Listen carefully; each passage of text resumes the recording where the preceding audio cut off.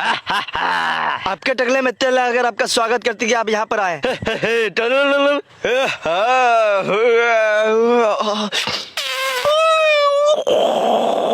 उंगली नीचे कर साली। टकला जी अगर आपको हागू लगे तो यहाँ हाँक सकते हैं। Okay okay.